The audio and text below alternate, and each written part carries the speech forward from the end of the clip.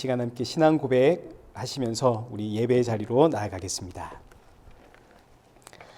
전능하사 천지를 만드신 하나님 아버지를 내가 믿사오며 그 외아들 우리 주 예수 그리스도를 믿사오니 이는 성령으로 잉태하사 동정녀 마리아에게 나시고 본디오 빌라도에게 고난을 받으사 십자가에 못 박혀 죽으시고 장사한 지 사흘 만에 죽은 자 가운데서 다시 살아나시며 하늘에 오르사 전능하신 하나님 우편에 앉아 계시다가 저리로서 산자와 죽은 자를 심판하러 오시리라. 성령을 믿사오며 거룩한 공예와 성도가 서로 교통하는 것과 죄를 사하여 주시는 것과 몸이 다시 사는 것과 영원히 사는 것을 믿사옵나이다. 아멘. 우리 함께 찬양하겠습니다. 이곳에 오셔서.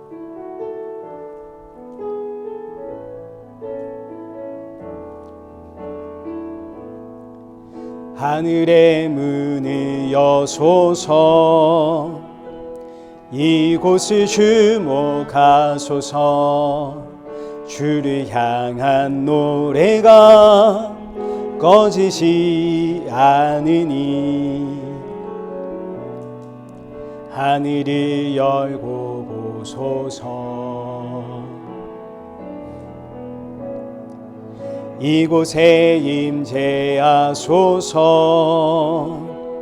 주님을 기다립니다.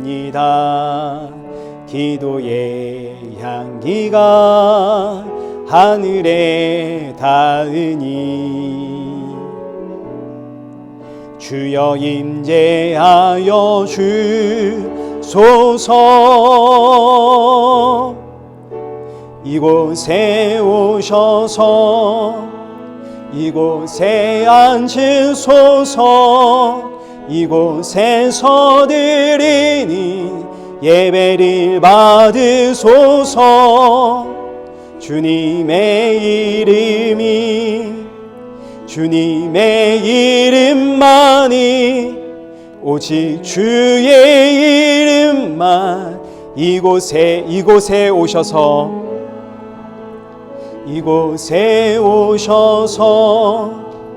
이곳에 앉으소서 이곳에서 드리는 예배를 받으소서 주님의 이름만이 오직 주의 이름만 이곳에 있습니다. 우리 이 시간 함께 기도하실 때 예배 앞에 서 있는 내 모습 지금 한번 점검하면서 오늘 주시는 말씀 앞에 지치고 상한 내 영혼이 반응하며 이 말씀이 담비와 같은 말씀이 되어 나의 이 상한 심령을 적시며 내 마음을 열어주는 복된 예배가 되게 하여 주옵소서. 그리고 나뿐만이 아니라 우리 사랑하는 성도들에게 새 힘과 위로와 안식의 말씀이 되어지도록 이 시간 크신 은혜 허락하여 주옵소서. 우리 예배 앞에 서 있는 내 모습 다시 한번 돌아보면서 사모하는 마음으로 기도의 자리로 나아가겠습니다. 기도하겠습니다.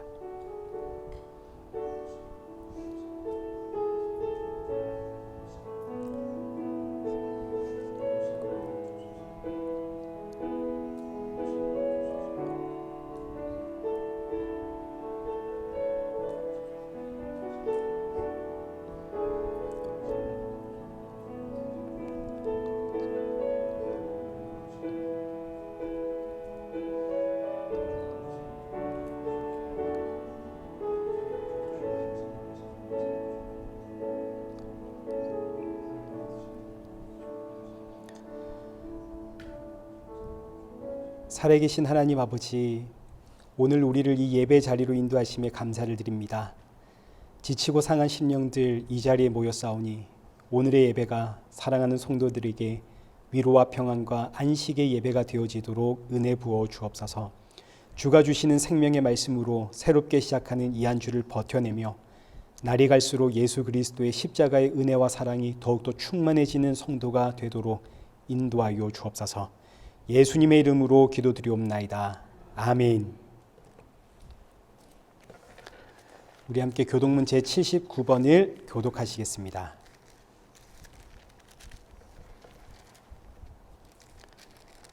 나는 포도나무요 너희는 가지라. 그가 내 안에 내가 그 안에 거하면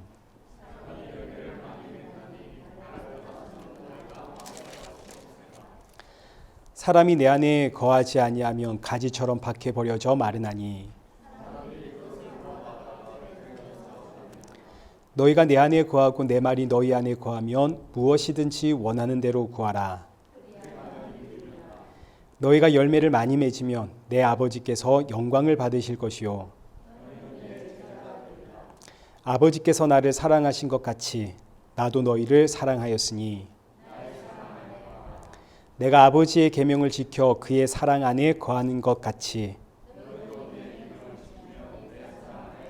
함께 읽겠습니다.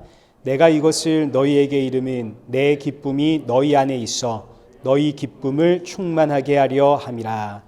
아멘.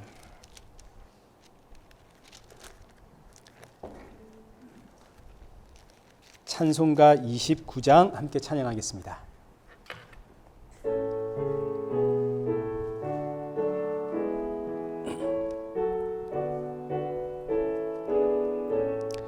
성도여 다 함께 할렐루야 아멘. 주 찬양하여라 할렐루야 아멘. 주 보좌 앞에서 택하신 은혜를 다 찬송하여라 할렐루야 아멘.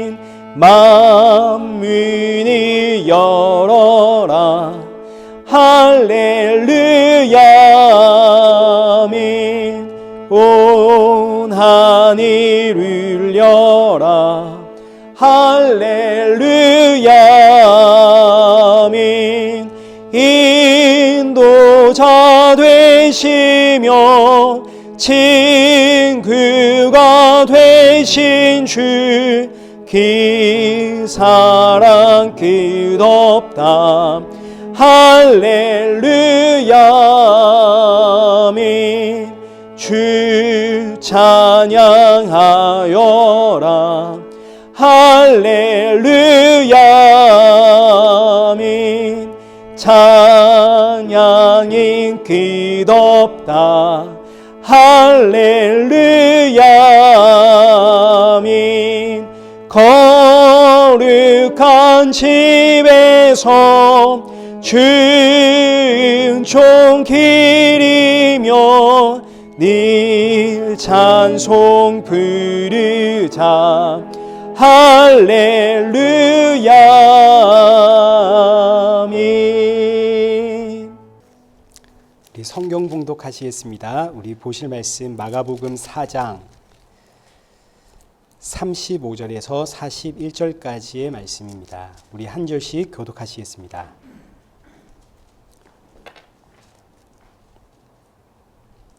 그날 저물 때에 제자들에게 이르시되 우리가 저편으로 건너가자 하시니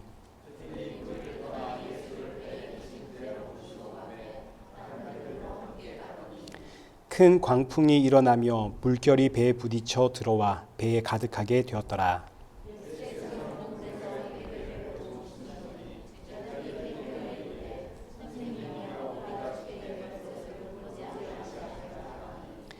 예수께서 깨어 바람을 꾸짖으시며 바다더러 이르시되 잠잠하라 고요하라 하시니 바람이 그치고 아주 잔잔하여지더라.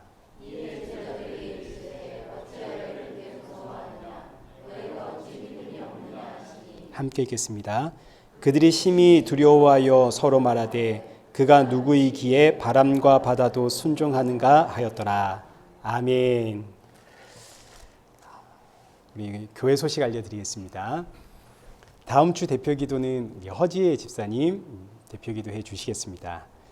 그리고 오늘 우리 설교는 아주 귀한 목사님 오셨는데 우리 이레교회를 개척하신 목사님이십니다. 그리고 현재는 대구에서 114년의 전통을 가지고 있는 대구에서 그냥 아주 큰 어른 교회입니다.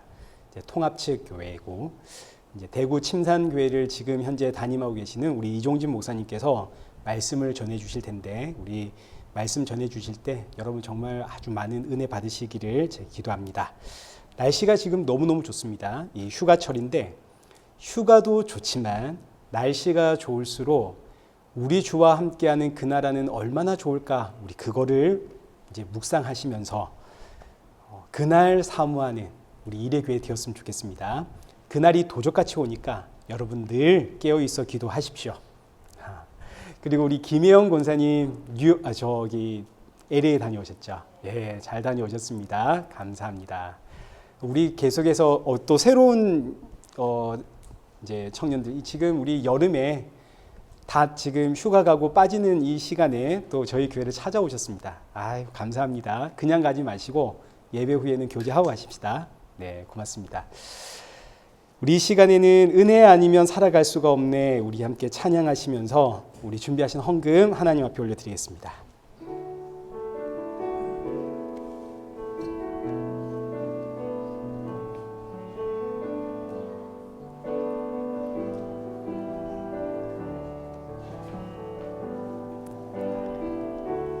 은혜 아니면 살아갈 수가 없네. 호흡마저도 다 주의 것이니 세상 평안과 위로 내게 없어도 예수, 오직 예수뿐이네. 크신 계획 다 볼 수도 없고 작은 고난에 지쳐도 주께 묶인 나의 모든 삶 버티고 견디게 하시네. 은혜 아니면 살아갈 수가 없네.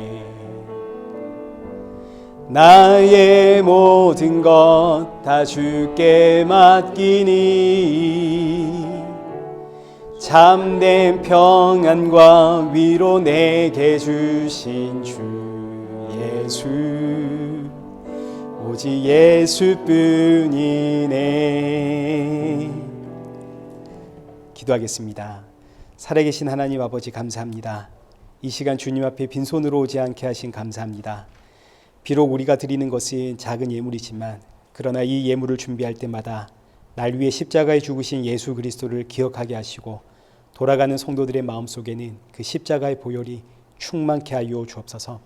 이 시간 말씀을 듣습니다. 주시는 말씀을 통해 나의 모습 다시 한번 돌아보고 점검하며 이 한 주도 예수님의 증인으로 살아가는 성도 되어지도록 성령의 충만함 부어 주옵소서. 예수님의 이름으로 기도드리옵나이다. 아멘. 우리 이 시간 우리 이종진 목사님 나오셔서 우리 귀한 말씀 증거해 주시겠습니다. 여러분 반갑습니다. 많이 늙었죠? 우리 오 권사님 저기 계시네. 김혜영 권사님 계시고 성 권사님 영경이도 있고 우리 한혜주 권사님도 보이고 우리 전 집사님도 보이고 많은 분들이 좀 이렇게 체지가 됐지만은 저를 처음 뵈신 분들한테는 죄송합니다. 저 개인적으로는 우리 일회 교회는 저한테 뭐 잊을 수 없는 그런 교회입니다. 제 인생에 있어서 가장 중요한 때 40대 초반이잖아요. 40 초반부터 50까지 한 10여 년을 두레교회와 또 일회 교회를 함께 동고동락했던 사람들이니까 제가 잊을 수가 없죠. 한국 가서도 이렇게 예배를 드릴 때마다 이제 가끔 생각합니다. 생각하면 자꾸 눈물이 나요. 눈물이 나고 지난번에 코로나인가요? 코로나 때 교회를 못 구했다는 이야기 듣고 참 가슴이 아프더라고요. 제 가슴도 아프고 빨리 좀 잘 구해서 우리 교인들 은혜를 받고 예배를 잘 드려야 되겠는데 그런 생각이 많이 들더라고요. 그리고 또 가끔 이제 교우들과 통화를 하면서 어느 분은 우리 교회 나옵니다, 또 안 나옵니다 이런 말 들으면 제가 속도 상하고 또 어떻게든 간에 좀 기도해야 되겠다 그런 생각 들기도 하고 그렇습니다. 너무 좋습니다. 제가 5년 만에 왔거든요. 6년 됐네요. 그죠? 제가 마지막 떠날 때 한번 이렇게 와서 예배를 드리고 갔던 기억이 납니다. 6년 만에 왔었는데 밴쿠버는 그대로 있대요. 한국은 뭐 얼마나 빨리 바뀌는지 몰랍니다. 굉장히 빨리 지나가는데 밴쿠버는 오니까 저희 딸이 이제 코케틀람에 살고 있거든요. 살고 있는데 거기서 차를 타고 이렇게 오는데 이제 그 일본을 타고 오잖아요. 쭉 오면서 어딘가요? 바운드리인가요? 바운드리에서 올라오면서 29분을 이제 이렇게 쭉 올라오는데 옛날 생각이 막 나고 그러더라고요. 이렇게 해서 킹스웨이 맞죠? 킹스웨이를 들어와서 여기서 40년간 가봤어요. 옛날에 우리 교회. 너무 반갑습니다. 제가 이렇게 예배를 드리면서 참 감동이 되고 수백 명이 드리는 우리 이거 영상 돌아갑니까? 한국에도 볼 수 있나요? 우리 교인들도 볼 수 있겠네요. 말 조심해야 되겠네. 수백 명이 예배 드리는 그럴 때보다도 수십 명 이렇게 앉아 있는데도 얼마나 은혜가 되고 감동이 되고 이렇게 힘이 되는지 모르겠습니다. 그래서 제가 찬양하고 이렇게 잠깐 기도하면서 역시 교회는 얼마나 모이느냐 그게 중요한 게 아니구나. 교회 안에 교회는 생명 공동체잖아요. 예수 그리스도의 피가 우리 공동체 안에 이렇게 흘러 있다는 사실 예배 드리면서 제가 이렇게 다시 한번 생각을 하게 됐습니다. 교회는 예수님이 주인이잖아요. 우리가 이렇게 모여 있지만 교회를 역사해 가시고 이끌어 가시는 분은 우리 예수님이십니다. 믿으시죠? 하나님께서 뜻이셔서 우리 생각이 다르고 또 상황이 다르고 환경이 다른 우리 한 사람 한 사람도 전부 엮어갖고 이래 교회란 이름으로 함께 묶어주셨어요. 하나님의 계획이 있을 것입니다. 옆에 분에게 이렇게 한번 인사하십시다. 깜짝 놀랐습니다. 천사인 줄 알았습니다. 한번 인사할까요? 안 합니까? 아이고야. 제가 이민교인지 몰랐습니다. 착각했어요. 한국에 이렇게 하면 다 하는데. 합시다. 옆에 분에게 깜짝 놀랐습니다. 천사인 줄 알았습니다. 이렇게. 아이고, 뭐, 별로 웃지도 않고, 재미도 없고. 그런데. 제가 보니까 여러분들이 다 한 사람 한 사람이 다 천사 같아요. 천사처럼 보입니다. 여러분 속에 이렇게 내주하시는 하나님의 은혜를 이렇게 볼 수가 있어서 참 감동적입니다.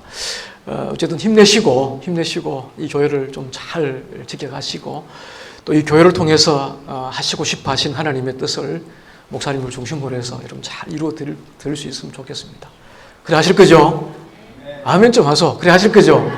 아이고 감사합니다. 예수님하고 12 제자분들이 배를 타고 한밤중에 갈릴리 호수를 이렇게 지나간 적이 있었어요. 사실은 말이 호수지 사실은 작은 바다입니다. 가본 적은 없지만 굉장히 커요. 동서로 약 11km가 되고 또 남북으로 약 21km가 되고 깊이도 약 한 50m 정도 되는 굉장히 큰 그런 호수입니다. 그런 호수를 지나가게 되는데 그 갈릴리 호수가 옆에는 한 3,000m 정도 되는 그 헐모산이 늘 자리를 차지하고 있습니다. 이 헐모산 그 산이 높다 보면 항상 그 높은 산 주위에는 계곡이 있잖아요. 그 계곡을 따라서 찬 공기가 항상 이렇게 불어오잖아요. 찬 공기가 이렇게 불어오는데 이 찬 공기가 이렇게 늘 불어오면서 이 갈릴리 호수에 이제 낮 동안에 호수 온도가 많이 좀 데워져 있잖아요. 표면이 좀 데워져 있는데 그 따뜻한 그 호수 표면하고 찬 공기가 이렇게 부딪히면 저는 잘 모르겠는데 그 기상학자들 이야기 들어보면 이제 그렇게 부딪히면은 갑작스럽게 이제 이렇게 돌풍이 일어난다는 거예요. 돌풍이 일어난다 그래요. 아마 그 갈릴리 호수가에는 그런 일들이 굉장히 많았던 것 같아요. 심지어는 이제 좀 심하게 불 때는 파도가 한 2m까지 호수인데도 파도가 2m 정도 이렇게 일어날 때가 참 많답니다. 그래서 지금도 성지순례 갔다 오신 분 이야기 들어보면 그 호수 표면에 보면 갑작스러운 돌풍을 주의하십시오. 그런 글이 있다는 이야기를 제가 들었습니다. 그 예수님하고 12 제자들이 낮 동안에 열심히 사역했잖아요. 열심히 동안 전도도 하고 또 치유 사역도 하시고 사역하신 다음에 밤에 이제 밤늦게 이렇게 배를 타고 이제 호수를 지나가게 되는데 호수 중간쯤 갔을 때에 그런 일이 벌어진 거죠. 돌풍이 왔고 배가 지금 이제 굉장히 힘든 상황에 지금 접어들게 된 것입니다. 우리가 알듯이 예수님의 제자분들이 전부 전직이 다 어부들 많잖아요. 뭐 가룟유다 같은 사람은 뭐 아니라도 대부분의 이 제자들이 전직 직업들이 어부들입니다. 그러니까 이런 상황은 굉장히 익숙하잖아요. 이런 상황은 익숙하고 또 그런 경험도 굉장히 많았을 거예요. 많았고 이런 일이 벌어지면 어떻게 이 문제를 이겨나갈지 나름대로 이 사람들 노하우를 다 가지고 있었을 겁니다. 수십 년 동안 이제 그 어부 생활을 했으니까 이런 상황에 대해서 선배들부터 이야기도 많이 들었고 본인들도 아마 직간접적으로 이런 걸 경험했을 거라고 생각되집니다. 그런데 이제 어쨌든 밤늦게 호수 한가운데서 거대한 풍랑을 만나게 된 것입니다.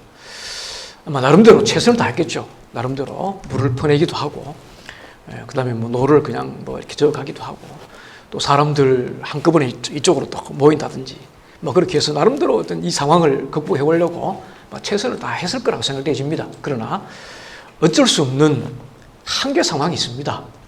우리가 갖고 있는 지식이나 또 경험이나 또 물질이나 또 인맥이나 그런 걸 다 동원해도 어쩔 수 없는 그런 상황, 한계 상황이 우리 인생에는 반드시 올 수가 있습니다.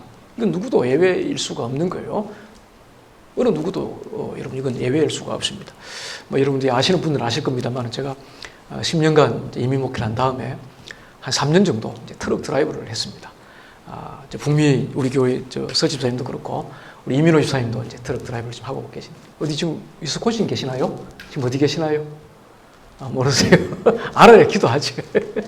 3년을 제가 트럭 드라이버를 했습니다. 아마 저분들도 제가 아마 원조였을 거예요. 아마 저를 보고 이렇게 따라 했을 확률이 굉장히 크다는 생각되어집니다. 참 뭐 개인적으로는 참 행복한 그런 시간이었습니다. 처음에 이제 라이선스를 받아갖고 무작정 이제 그 러시아인 회사, 그죠?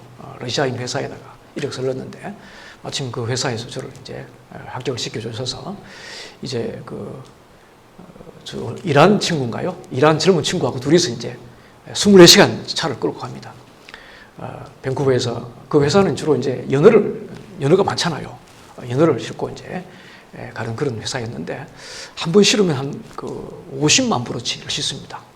5억 원어치 정도로 여러분 싣고 거기서 이제 리치몬드에 있었는데 리치몬드에서 한 2시간 내려가면 시카고가 저 시애틀이잖아요.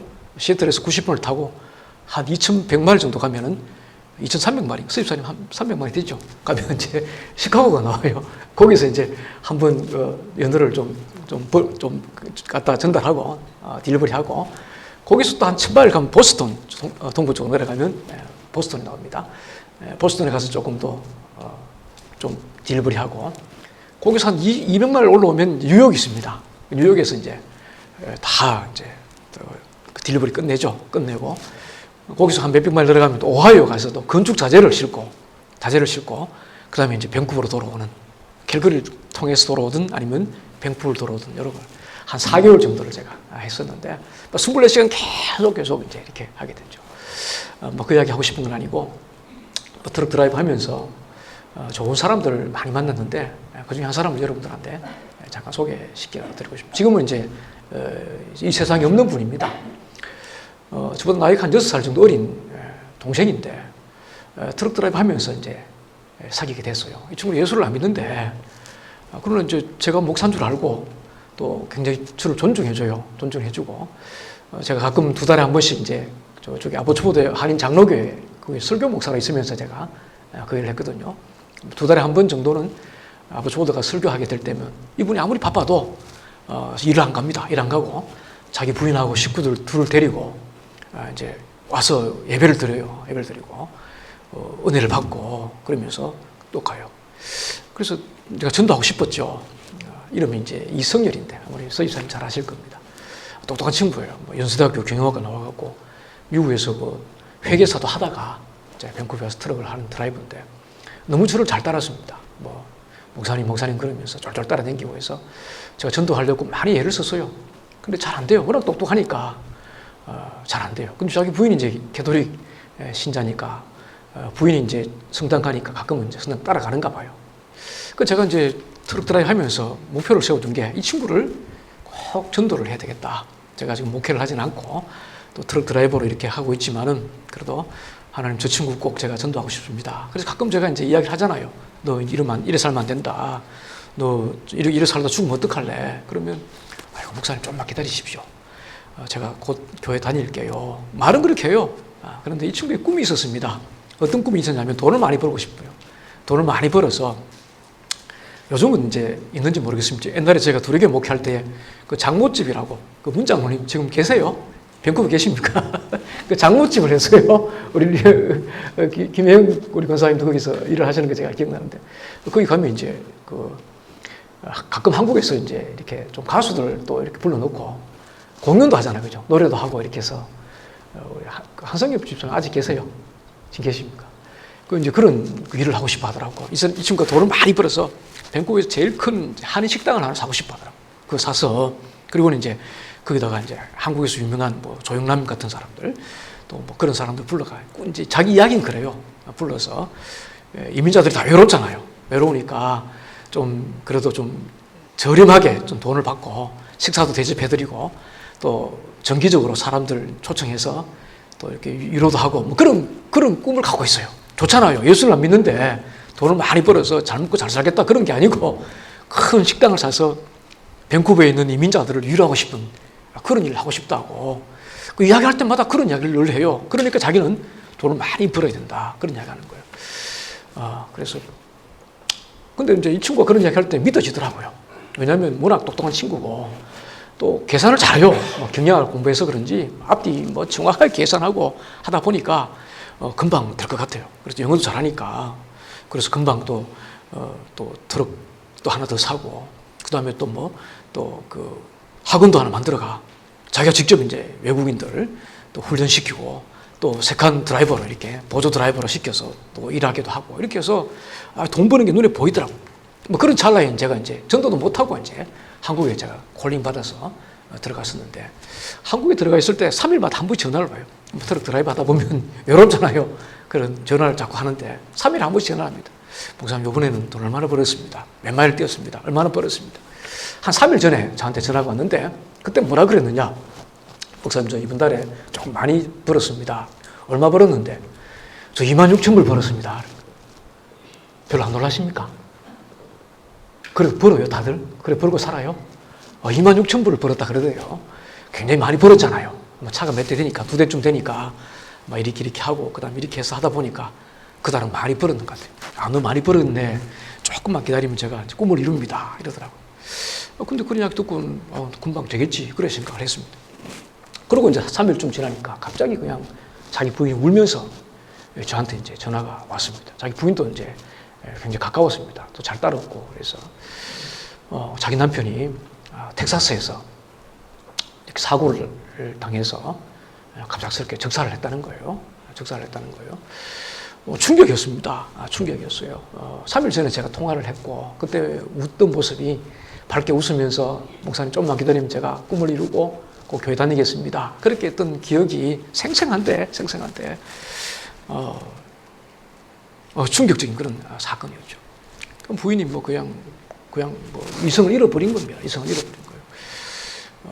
나중에 이제 수습을 했는데 그때 또 코로나 기간이고 해서 또 부인이 올 수도 없어요. 한 20일쯤 지나서 이제 시신이 돌아왔는데 마지막 모습 보지도 못하고 완전히 그냥 그 화장을 해갖고 제 모습으로 한 20일 지나서 이렇게 돌아온 것입니다. 뭐 패닉이 된 거죠. 젊었습니다. 나이가 이제 50쯤 됐을 때, 나이 50이 됐나요? 막 그래도 안 됐습니다.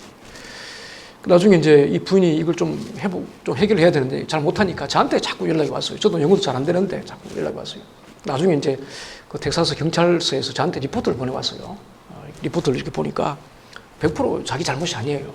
이 친구는 자고 있었습니다. 자고 있었고, 세컨 드라이브, 보조 드라이버, 초보자 드라이버가 운전을 하고 있었고, 상대방이 이제 이렇게 박은 거예요. 상대방이 박아서 이렇게 사고를 당했는데, 상대 둘은 멀쩡해. 박은 사람들은 멀쩡한데, 이 친구가 자고 있었던가 봐. 자고 있다가 이제 이렇게 변을 당했습니다. 여러분, 이런 일은요, 뭐 그 사람한테만 있는 게 아닌 것입니다. 그 사람한테만 올 수 있는 게 아닙니다. 누구에게나 여러분 이런 일은 닥칠 수가 있는 것입니다. 예수를 잘 믿는다고 해서 여러분 이런 교통사고가 피해가는 게 아닙니다. 예수를 잘 믿는다고 해서 그냥 뭐 암 안 걸리고 그런 거 없습니다. 여러분 보십시오. 주님께서 지금 배를 타고 있지 않습니까? 주님께서 이 배를 타고 있는데도 주님이 타고 있는 이 배에도 여러분 거대한 풍랑이 불어오는 것입니다. 우리가 예수를 잘 믿어도 여러분 얼마든지 병 걸릴 수가 있고 학교 떨어질 수 있고요. 교통사고 날 수도 있고요. 암 걸릴 수도 있고요. 그래 될 수 있습니다. 문제는 뭐냐? 예수를 잘 믿는 것은 그런 상황이 피해가는 게 아니고 그런 상황 속에서 우리가 어떻게 반응하고 어떤 태도를 취하는가, 이것이 여러분 예수를 진짜 믿는 것입니다.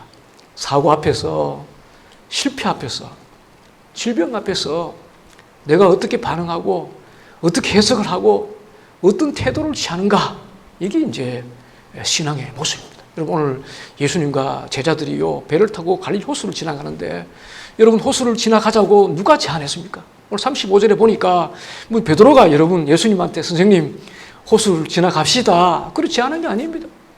야고보가 제안한 게 아닙니다. 예수님께서 이 호수를 건너가자고 제안을 했습니다. 그렇다면 건너가는 과정 속에서 일어나는 이 풍랑조차도 예수님 계획 속에 다 들어가 있는 거 아닙니까? 다 들어가 있는 것입니다. 누가 여러분 우리를 예수 믿자고 불러냈습니까? 여러분들이 좋아서 예수 믿어요? 그냥 이민 생활이 힘들고 외로우니까 그냥 교회 가보자 그래서 여러분 여기 오신 분 없을 겁니다. 설사 여러분 그렇게 했다 할지라도 이 자리에 부르신 분은 여러분이 아닙니다. 하나님이 당신이 주도권을 가지고 여러분들을 이 자리에 불러내신 겁니다. 믿음의 길 걸어가자고, 순례의 길 걸어가자고, 천국 가는 길 가자고 여러분들 이 자리에 불러낸 거예요. 그렇다면 이 과정 속에서 일어나는 모든 풍랑조차도 여러분 그분의 계획 속에 다 들어가 있는 것입니다. 설사 그것이 암이라 할지라도, 그것이 실패라 할지라도, 그것이 교통사고라 할지라도 하나님이 불렀다면, 그분이 제안했다면 살아가면서 겪는 모든 그 아픔과 사고와 여러분 실패는요 그분의 계획 속에 다 들어가 있는 거예요. 풍랑조차도 하나님의 계획 속에 여러분 다 들어가 있는 것입니다. 여러분 이 믿음이 여러분들 필요한 것입니다. 우리 장로교회를 여러분 받침하고 있는 5대 교리가 있지 않습니까? 5대 교리가 있습니다. 첫 번째가 전적인 타락입니다. 토탈 디프라비티, 전적인 타락입니다. 두 번째가 뭡니까? unconditional election, 무조건적 하나님의 선택입니다. 여러분들 생각할 때 내가 하나님을 선택하고 내가 이래 교회를 선택해서 여기 있다고 생각하지만 천만의 말씀 만만의 콩떡입니다. 생각해보면 내가 선택한 것 같은데 내가 선택한 게 아니에요. 돌아보면 늘 하나님이 하셨어요. 하나님이 주도권을 가지고 하셨습니다. 내가 애쓰고 내가 노력하고 내가 힘들게 일해서 여기까지 도착한 것 같은데 돌아보면 내가 한 게 아니에요. 저절로 되어져 있었습니다. 저절로 되어져 있어요. 그 되어진 그 위에서 또 뭔가 사람들 모으고 애쓰고 열심히 하지만 결과적으로 보면 내가 한 건 아무것도 없고 하나님이 내 인생을 이렇게 주도적으로 이끌어 가시는 것을 볼 수가 있습니다. 장로교회 여러분 핵심 교리입니다. 무조건적인 하나님의 선택. 세 번째가 뭡니까? 리밋 어토먼트, 제한 속죄입니다. 네 번째가 뭡니까? 저항할 수 없는 하나님의 은혜. 다섯 번째가 제일 좋은데요. 다섯 번째가 perseverance, the saint of perseverance, 성도의 견인입니다. 성도의 견인. 이 장로교회를 받침하고 있는 다섯 개 교리입니다. 마지막 교리가 성도의 견인입니다. 여러분 성도의 견인이 뭐냐면요, 한 번 하나님이 선택하고 하나님의 백성으로 딱 콜링하면 그 사람은 중간에 하나님의 계획이 바뀌거나 번복이 되거나 돌이키거나 그럴 수 없다는 것입니다. 하나님 나라 가는 그날까지 필요하다면 징계할 것이고 필요하다면 역사를 이끄시고 사건을 만들어서 어떻게 하든 간에 하나님 나라까지 그를 끌고 간다는 것입니다. 이것이 성도의 견인입니다. 저는 이 교리가 제일 좋아요. 얼마나 위로가 되고 힘이 되는지 모릅니다. 부분적으로 실패 같아 보이고 부분적으로 질병 같고 부분적으로 낙심하는 것 같은데 침체 같은데 지나고 보면 그 모든 것들이 다 협력해서 선을 이루어가는 것을 볼 수가 있습니다. 인생 살아가면서 많은 걸 경험하지 않습니까? 돌아보니까 하나도 버릴 게 없더라고요. 치열하게 제가 이민 목회를 했습니다. 후회함이 없습니다. 우리 권사님들 계시는데 아이고 목사님 열심히 안 했잖아요. 그렇게 생각할 수 있겠습니다만은 제 따라 최선을 다했습니다. 열심히 기도하고 열심히 도우고 치열하게 제가 사역을 했습니다. 근데 그 순간은 참 힘들더라고요. 가끔은 그랬습니다. 대체 젊은 나이에 여기서 뭐 하나. 한국에 사역할 때는 그래도 부흥도 보고 치유도 보고 그냥 좋은 거 많이 봤는데 이민 목회는 그냥 소모전이잖아요. 목사님 계시지만 소모전입니다. 교인들도 소모전이고 목사도 소모전이고 너무너무 힘든 10년의 세월을 제가 보냈습니다. 하나님 저 고만합니다. 더 이상 이거 하고 싶지 않습니다. 그런 생각을 했었는데 제가 그때는 왜 그렇게 힘든지 몰라요. 빨리 벗어나고 싶을 때가 참 많았습니다. 죄송하지만요. 그런데 한국에서 목회를 하다 보니까 여기서 했던 그 10년의 시간이 하나도 버릴 게 없더라고요. 그 힘으로 제가 지금 버티고 있어요. 한국 교인들도 별난 교인들 많거든요. 목회가 만만치 않아요, 환경이. 그런데도 저한테는 아무것도 아닌 것입니다. 동료 목사님들은 끙끙거려요. 힘들어서 목사님 힘들어 죽겠습니다. 그러는데 저한테는 아무것도 아니에요. 네가 이민 목회를 한번 해봐라. 이건 아무것도 아니야. 그때는 몰랐는데 지나고 나니까 버릴 게 하나도 없어요. 하나님 저렇게 날 서실라고 이렇게 훈련시키셨구나. 얼마나 아름다운 간증이 되는지 몰라요. 버릴 게 하나도 없습니다. 여러분 민수기 33장 2절에 보면요. 하나님께서 이스라엘 백성들을 광야에서 이렇게 애굽에서 출애굽시켜가 광야로 쭉 인도에 가는 과정이 기록되어 있잖아요. 민수기 33장 2절은 뭐라고 기록했는데 이 과정, 이 루트는 하나님이 직접 정했다는 겁니다. 하나님이 직접 정했다는 거예요. 하나님이 이스라엘 백성들을 갈 길을 정했다 그러면 하나님이 인도하는 길이면 고속도로 좀처럼 막 뚫려 있어야 되잖아요. 그죠? 물도 많고 음식도 많고 푸른 초장 실만한 물가로 하나님이 그 인생길을 인도해 가야 되잖아요. 왜냐하면 하나님이 직접 선택해서 허락하신 길이니까, 그 인생길이니까 그래야 되잖아요. 근데 여러분 민수기 33장 보면 여러분 그렇지 않습니다. 하나님이 직접 이스라엘 백성들을 인도해 가는데 제일 처음에 람셋에서 출발하잖아요. 람셋에서 숫꽃, 그 다음에 엘림, 그 다음에 마라, 그 다음에 에담 이렇게 가잖아요. 거기 가서 그 다음 간 게 르비딤이에요. 르비딤. 거기 가보니까 거기는 물이 하나도 없습니다. 하나님이 직접 인도해서 그 가는 길인데 물이 하나도 없어요. 그 르비딤을 지나 그 다음 간 길이 어디입니까? 홍해바다입니다. 홍해바다. 뒤에는 애국 군대가 추격하고 앞에는 정말 그 사방이 다 막힌 정말 꼼짝 못하는 그런 상황으로 하나님께서 몰아가시는 겁니다. 그 과정 속에서 이스라엘 백성들이 얼마나 원망하고 하나님 앞에 한탄하고 그런 장면 잘 알고 있지 않습니까? 그 다음 간 곳이 여러분 어디입니까? 신광야입니다. 신광야에 갔으니까 거기는 먹을 게 아무것도 없어요. 풀 한 폭이 없는 신광야로 하나님이 인도해 가는 것입니다. 이런 길이 어디 있습니까? 하나님이 특별히 사랑하는 사람들이잖아요. 특별히 사랑해서 고르고 골라서 뽑은 사람들이잖아요. 저 사람들 잘 훈련시켜서 전 세계 사람들을 구원하고자 하나님의 계획, 그 계획의 일환으로 이스라엘 백성들 뽑았잖아요. 그럼 그 사람들 기가 막힌 곳으로 안내해야 되잖아요. 그런데 그들에게 허락한 그 길들이 하나같이 물이 없는 길이고 홍해 바닷가, 그 다음에는 먹을 게 하나도 없는 그런 길로 하나님께서 인도해 가잖아요. 과연 그랬을까요? 나중에 알고 보니까 하나님께서 르비딤에서 모세를 통해서 반석을 향해서 반석을 치니까 거기서 물이 나와요. 만약에 그들이 고속도로 풍요로운 길로 갔다 그러면 하나님이 물을 낼 수 있는 뿌림을 그들은 경험하지 못했을 것입니다.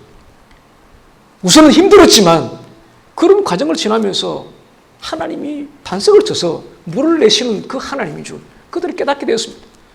홍해 바다 앞을 갔기 때문에 사방이 다 막힌 힘든 상황이었기 때문에 그들은 하나님이 바다를 가르는 하나님, 이 자연마저도 하나님의 질서에 굴복하는 전능하신 하나님임을 그들이 홍해 바닷가 앞에서 하나님을 볼 수가 있었습니다.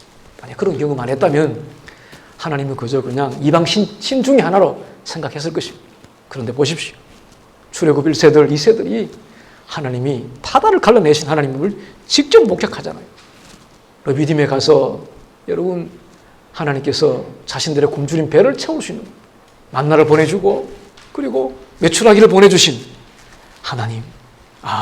먹고 사는 문제는 하나님께 달려있는 거구나. 우리가 애쓰고 노력하고 한다 할지라도 결국 먹고 사는 문제, 죽고 사는 것은 하나님께 달려있구나. 그런 길을 가면서 전능하신 하나님을 그들은 볼 수가 있었습니다. 만약에 그들을 그렇게 하지 않고 일주일 만에 후딱 여러분 가나안 땅에 도착했다 그러면 그들은 절대로 하나님이 전능하신 하나님, 자신들의 삶에 가장 밀접하게 연결되어 있는 하나님임을 그들은 깨닫지 못했을 것입니다. 하나님을 하나님 되게 하기 위해서, 제대로 된 하나님을 보여주기 위해서 하나님은 그 길로 인도해 가셨더라. 그런 이야기입니다. 이걸 믿고 살아가는 사람들이 여러분 그리스도인들입니다. 여러분들 지금 가난하시죠? 저도 14년을 살았더라고요. 밴쿠버 생활을 2006년도에 제가 랜딩을 했었는데 14년 동안 살았는데 삼중고를 겪었습니다. 목회하다 보니까 가난하고 그 다음에 또 있고 그 말씀드리고 싶진 않은데 이민교회 목사는 삼중고를 겪게 됩니다. 정말 비참하게 우리 정 목사님도 계시니 마찬가지일 겁니다. 정말 비참하게 그렇게 살아가게 되는데 지나고 나니까 버릴 게 아무것도 없더라고요. 아무것도 없더라고요. 하나님이 다 필요해서 그렇게 허락했더라고요. 우리 한국의 대통령이 누군지 아세요? 제가 처음에 랜딩하니까 이제 두레교를 시작하니까 어느 장로님 저한테 와서 밥을 먹으면서 하는 이야기가 목사님 요즘 한국의 GNP가 한 80불쯤 됩니까? 이런 이야기 하더라고요. 김진도 장로님 지금 어디 계세요? 그 분자한테 그래 밥 먹으면서 그 김진도 맞죠? 살아 계십니까? 잘 모르시나요? 저한테 밥 먹으면서 목사님 GNP가 한 80불쯤 되지요? 이러더라고요. 이제 40년 전에 이분들이 이민했는데 그때는 비행기 타고 못 오잖아요.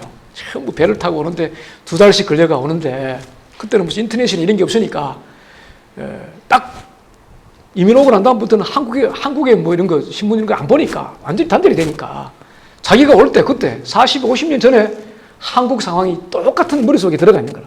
그때는 GNP가 한 80불 좀 됐는가 봐요. 지금은 3만 불이 넘어가요. 한 3만 5천 불 정도 됩니다. 제가 무슨 얘기 하다가 이렇게 또 갑니까? 죄송합니다. 왔다 갔다 하는데 죄송합니다. 버릴 게 하나도 없더라고요. 지금 한국의 대통령이 이제 윤석열 대통령입니다. 그러니까 20대 대통령이잖아요. 이 사람이 작년인가 그작년인가요? 5월 20일 날 이제 5월 10일인가 이제 20대 대통령으로 이제 취임을 했는데 이 사람이 원래 서울법대 출신인데요. 신림동에서 고시촌에서 이런 구수를 했어요. 구수. 사법고시 구수를 했습니다. 대단하지 않습니까, 여러분? 9년 동안 그 사람이 사법고시 공부를 하고 9년 만에 합격을 했습니다. 만약 이 사람이 9년 지나서 2020년, 21년인가요? 2022년인가요? 잘 자세히 모르겠는데 2022년 5월 10일 날 자기가 대한민국 제20대 대통령으로 취임할 거라고 알고 만약에 사법고시 공부를 했다 그러면 얼마나 여러분 행복하게 공부할 수 있었겠습니까? 자기 친구들은 뭐 재수 3수 만에 전부 판검사 되고 막 그냥 합격해서 막 잘 나가는데 자기는 여전히 더운 날에 난닝구 입고 여러분 부채 막 붙여가면서 거기서 공부를 하고 땀 뻘뻘 흘려가면서 공부를 하고 있잖아요. 얼마나 힘들었겠어요. 해야 되나 말아야 되나 포기해야 되나 그만해야 되나 막 그런 생각이 수없이 많았을 거예요. 아마 주위의 어른들도 그렇고 더 이상 네 후원 못한다. 보통 이쯤 되면 3년 4년 만에 합격해야 되는데 9년이 뭐야. 자기 주위의 사람들도 전부 뭐 곱지 않은 시선 가지고 아마 그 사람은 그렇게 봤을 거예요. 힘들게 막 구술을 했을 거예요. 막 그런 생각합니다. 그런데 만약에 아까 말씀드렸습니다만 그가 공부하는 중에 자기는 9년 만에 합격하게 될 거고 그리고 2022년 5월 10일 날 대한민국 제20대 대통령으로 취임할 거다. 그걸 알고 그의 미래를 알고 그가 사법고시를 과정을 지나갔다 그러면 그 과정이 얼마나 행복했을까 그렇게 생각합니다. 여러분, 저와 여러분들은 어떤 사람인지 아십니까? 저와 여러분들은 내일을 알고 살아가는 사람들입니다. 제가 우리 교인들한테 자주 얘기하는데 제가 예수 믿고 받은 복 참 많습니다. 그 많은 복 중에 가장 큰 복은요, 정답을 알고 살아가는 복입니다. 저는 예수 믿고 난 다음에 어디서 왔는지 알게 됐어요. 그리고 왜 살아야 되는지 알게 됩니다. 알고 있습니다. 왜 하루 세끼 밥을 먹어야 되고, 왜 내가 사역을 해야 되고, 왜 설교해야 되는지 알고 살아갑니다. 그리고 마지막 내 인생이 어떻게 될지 알고 살아가는 거예요. 인생의 정답을 알고 살아가는 것입니다. 그러니까 얼마나 여러분 부분적으로 뭐 가난해질 수 있고, 부분적으로 실패할 수도 있어요. 부분적으로 병들 수 있습니다. 그러나 정답을 알고 살아가니까 부분적인 것은 아무것도 아니더라고요. 아무것도 아니더라고요. 여러분 모두가 다 인생의 정답을 알고 살아가는 사람들입니다. 동의하십니까? 아멘 좀 크게 해서 동의하십니까? 왜 살아가야 되는지, 여러분 인생의 마지막이 어떻게 될지 알고 살아가시죠? 아이고야, 그렇다면 제가 성도의 견인 이야기했잖아요. 우리 하나님은 신실하신 분입니다. 하나님은 인생이 아니니까 시건치 않으십니다. 하나님이 한번 우리를 선택하셨어요. 그분이 선택하셨어요. 그러면 그분은 어떤 경우에도 우리를 구원해내시는 일에 있어서 번복하지 않습니다. 중단에 돌이키지 않습니다. 여러분들이 어떤 잘못을 해도 신실하신 하나님은 때로는 징계할 수도 있겠죠. 다독거릴 수도 있겠죠. 뭐 그런 과정을 지나긴 하겠지만 절대로 우리를 놓지 않습니다. 이것이 우리가 아는 하나님이에요. 성경이 하나님이에요. 그렇다면 여러분 인생 이미 끝난 겁니다. 정답을 알고 살아가는 거예요. 정답을 알고 살아가는 거예요. 정답을 알고 살아가는데, 살아가면서 부분적으로 오는 가난함, 실패 같아 보이는, 사실은 실패 아니죠. 실패 같아 보이는 성공이죠. 주님이 여러분들과 함께하기 때문에 그렇습니다. 다시 말씀드립니다. 이 항해를 제안한 분이 누굽니까? 우리가 아니에요. 예수님이 항해를 제안했다는 사실입니다. 믿음의 길, 순례의 길을 걷잡고 제안하신 분이 내가 아닙니다. 여러분 부모님이 아니에요. 박집사님이 아닙니다. 박집사님 도구에 불과하죠. 여러분들 순례의 길을 제안하신 분은 우리 하나님이십니다. 그렇다면 인생 살아가면서 그 순례의 길 과정 속에서 벌어지는 모든 일들은 아무것도 아닌 것입니다. 아무리 커 보여도 이미 하나님의 계획 속에 다 들어가 있는 것입니다. 이 사실을 절대로 여러분 놓쳐서는 안 된다. 이걸 붙잡아야 되는 것입니다. 믿으시죠? 힘을 내셔야 돼요. 힘을 내셔야 됩니다. 세상적인 것 때문에 일희일비할 필요 없습니다. 여러분 인생 절대로 점이 아닙니다. 선으로 보셔야 돼요. 큰 선으로 보셔야 됩니다. 큰 선으로 보면 우리가 그렇게 뭐 슬퍼할 필요도 없고 울 필요도 없는 거예요. 결국은 협력해서 선을 만들어 가신 하나님을 볼 수 있어야 되는 것입니다. 여러분 보십시오. 지금 바다를 건너가던 배가 지금 풍랑이 맞아갖고 배가 지금 거의 그 위기에 처했습니다. 난리가 났습니다. 제자들이 지금 막 물을 막 퍼내고 벌떡벌떡거리는데 예수님 보십시오. 꼼짝하지 않습니다. 예수님께서는 배에 고물에서 잠이 들었습니다. 이런 일이 가능한가요? 지금? 이쪽에서는 죽자 말자 그냥 죽을 듯한데 예수님은 그 고물에서 주무시고 계세요. 배 고물이 어딘지 아세요? 저 고물이 저 뒤입니다. 저 뒤. 저 뒤입니다. 보통 여러분 엔진하고 이런 거는 다 뒤에 있잖아요. 배가 여러분 앞이 무거우면 앞을 못 가잖아요. 이 배는 무조건 뒤가 무거워야 됩니다. 앞이 조금 가벼워야 돼요. 그래 앞을 지나갑니다. 저 고물이면 저 뒤입니다.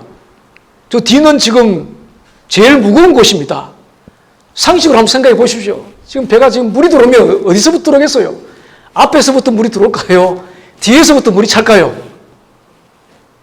퀴즈인데. 앞에서부터 물이 들어올까요? 뒤에서부터 물이 들어올까요? 제가 너무 어려운 질문 했나요? 당연히 뒤부터 물이 들어오죠. 예수님 어디 주무셔요? 뒤에서 주무시잖아요. 그러면 제자들보다도 훨씬 급한 사람이 예수님이라 해야 되잖아요. 예수님 벌떡벌떡 뛰어야 되잖아요. 제자들은 앞에 타고 있으면서도 벌떡벌떡 뛰고 있는데 예수님은 전혀 꼼짝하지 않고 지금 주무시고 있잖아요.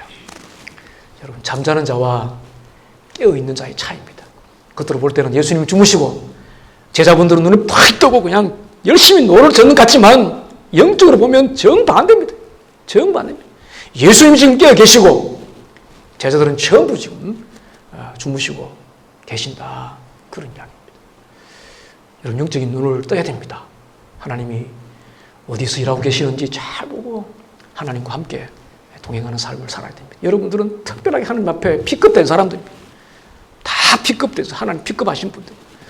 여러분 인생을 하나님이 주도해 가시고 하나님이 이끌어 가십니다.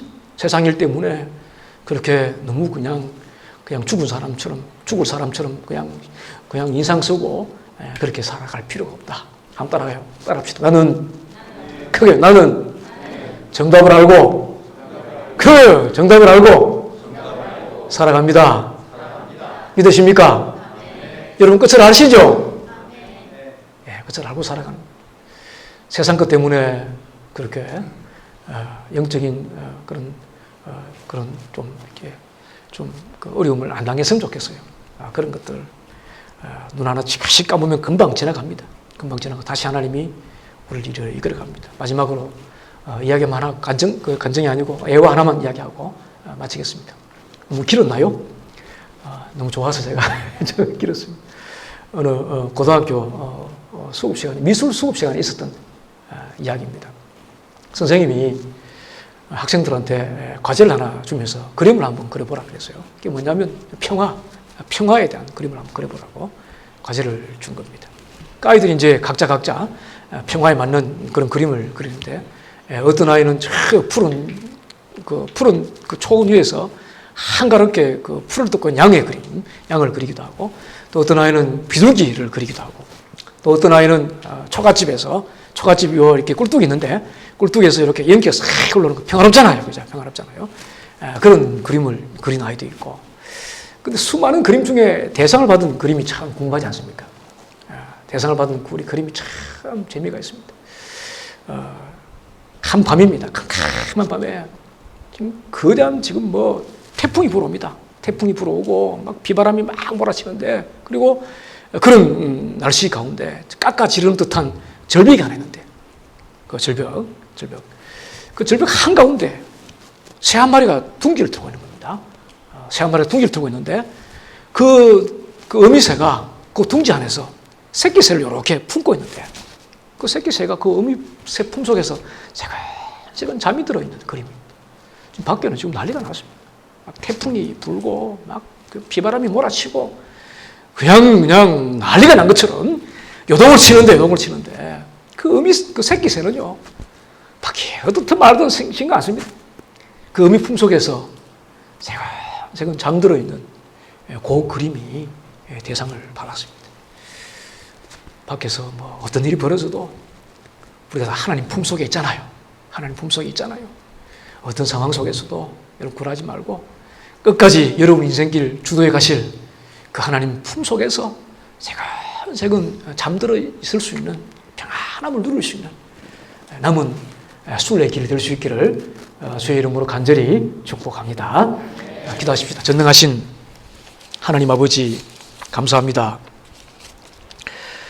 폭풍 앞에 두려워 떨고 있는 제자들 모습 속에서 우리 모습을 보게 됩니다. 갑작스런 인생의 풍랑이 올지라도 지금 이 항해 한가운데 전능하신 하나님이 함께 하심을 순간순간들 의식해 해 주옵소서.